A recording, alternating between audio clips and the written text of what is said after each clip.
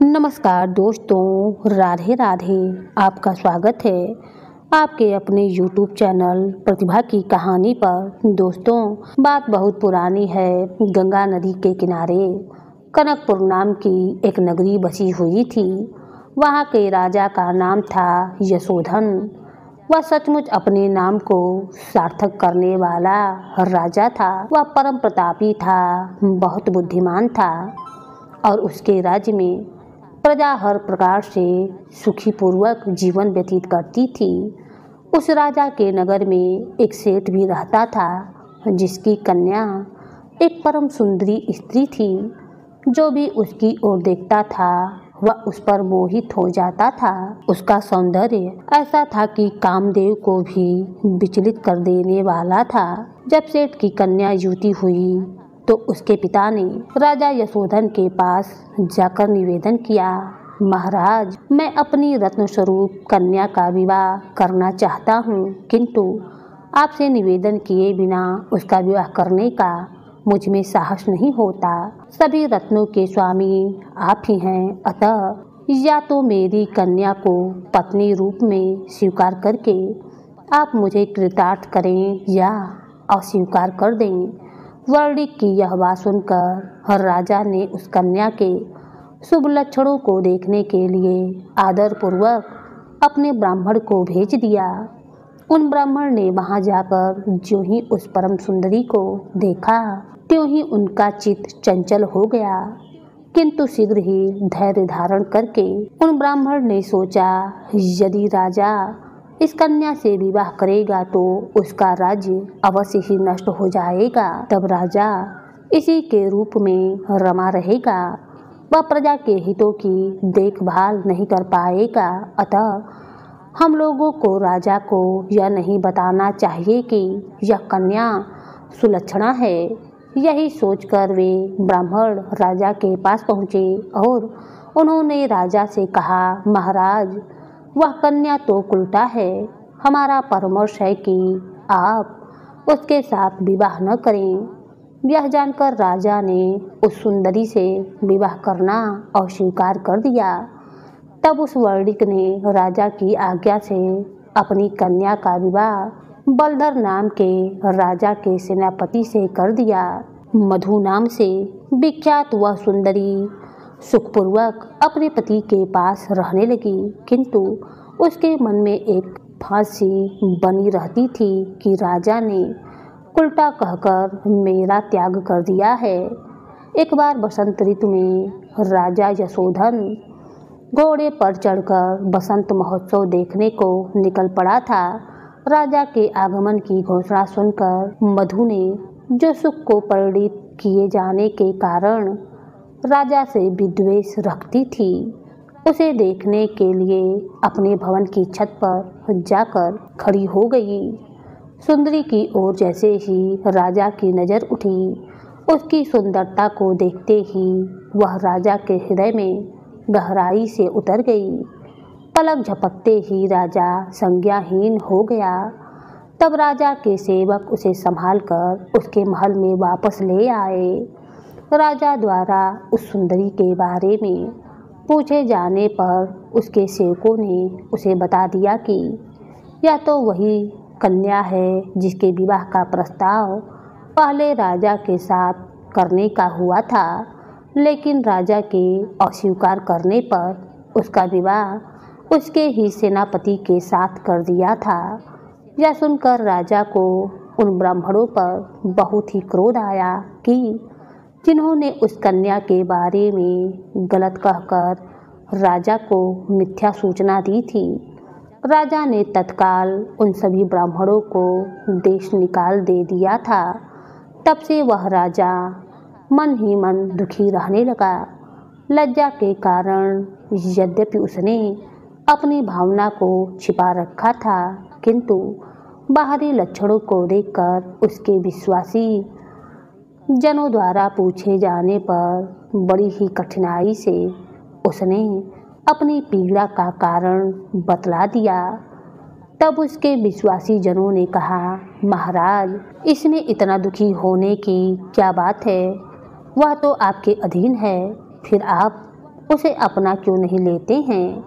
लेकिन धर्मात्मा राजा यशोधन ने उनकी यह बात स्वीकार नहीं की। सेनापति बलधर राजा का भक्त था। जब उसे यह बात मालूम हुई तो वह राजा के पास पहुंचा और उसके चरणों में झुककर बोला, महाराज, आपके दास की वह स्त्री आपकी दासी ही है, वह पर स्त्री नहीं है। मैं स्वयं ही उसको आपके चरणों में भेंट करता हूँ। आप उसे स्वीकार कर लें अथवा मैं उसे देव मंदिर में छोड़ देता हूँ। जब वह देवकुल की स्त्री हो जाएगी तब वहाँ से उसे ग्रहण करने में आपको दोष नहीं लगेगा।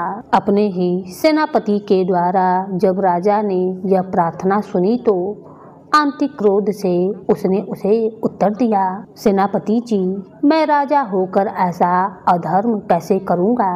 यदि मैं ही मर्यादा का उल्लंघन करूँगा तो कौन अपने कर्तव्य मार्ग पर स्थिर रहेगा। मेरे भक्त होकर भी तुम मुझसे ऐसे पाप करने का प्रस्ताव कर रहे हो जिसमें क्षणिक सुख तो है परंतु जो परलोक में महादुख का कारण है। यदि तुम अपनी धर्मपत्नी का त्याग करोगे तो भी मैं तुम्हें क्षमा नहीं करूँगा, क्योंकि मेरे जैसा कौन राजा ऐसा अधर्म स्वीकार कर सकता है। अब तो मृत्यु ही मेरे लिए श्रेष्ठकर है। अनंतर नगर और गांव के लोगों ने मिलकर राजा से यही प्रार्थना की, किंतु दृढ़ निश्चयी राजा ने उसकी बात न मानी।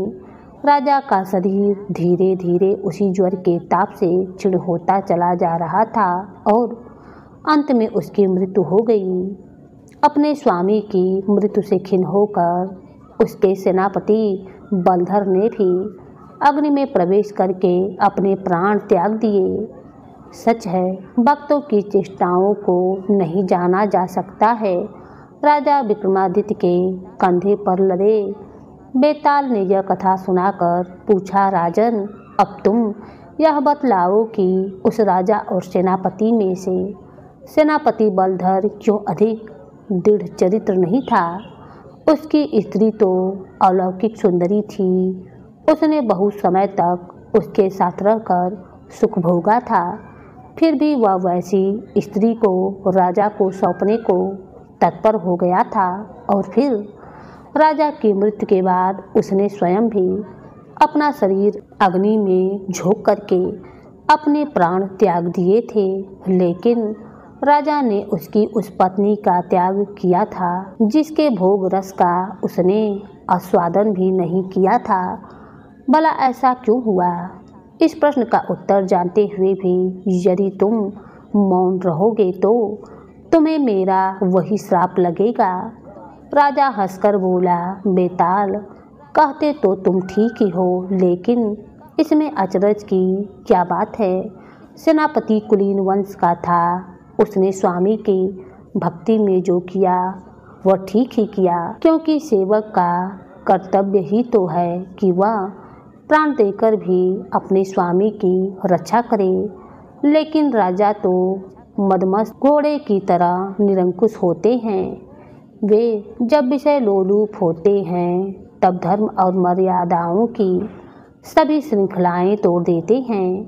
निरंकुश हृदय वाले राजाओं का विवेक अभिषेक के जल से उसी प्रकार बह जाता है जैसे बाढ़ के पानी में सब कुछ बह जाता है। डुलते हुए चंबर की वायु जैसे रजकण मच्छर और मक्खियों को दूर उड़ा देती है, ठीक वैसे ही वृद्धों के द्वारा उपत्रित शास्त्रों के अर्थ तक को दूर भगा देती है।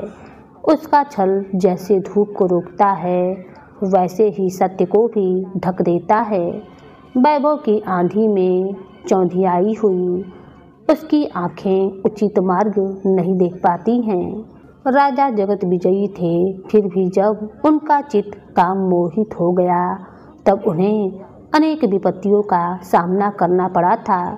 यह राजा भी परम प्रतापी था, फिर भी वह देवी लक्ष्मी समान चंचला और सुंदरता में अप्सराओं को भी मात करने वाली मधु के द्वारा विस्मोहित हो चुका था। उस धर्मात्मा और धीर राजा ने अपने प्राण त्याग दिए, किंतु कुमार्ग पर पैर नहीं रखा। इसी से तो मैं उसे दृढ़ चरित्र वाला मानता हूँ। यह उत्तर सुनकर बेताल ने कहा, तुम्हारा उत्तर बिल्कुल ठीक है राजन। विक्रमादित्य किसी के व्यक्तित्व की पहचान उसके चरित्र से ही होती है, किंतु उत्तर देने के चक्कर में तुम अपना मौन रहने का संकल्प भूल गए हो। तुम भूले और मैं आज़ाद हो गया, इसलिए अब मैं चला अपने स्थान पर। ये कहते हुए बेताल उसके कंधे से उड़कर पुनः अपने स्थान को पहुंच गया। राजा ने भी उसी प्रकार उसे फिर प्राप्त करने के लिए शीघ्रतापूर्वक उसका अनुसरण किया। महान पुरुष जब कोई कार्य आरंभ कर देते हैं, तब वह काम चाहे जितना कठिन क्यों ना हो, उसे पूर्ण किए बिना विश्राम नहीं करते हैं। राजा विक्रमादित्य बेताल को लाने के लिए पुनः फिर से वृक्ष के नीचे पहुंच गया।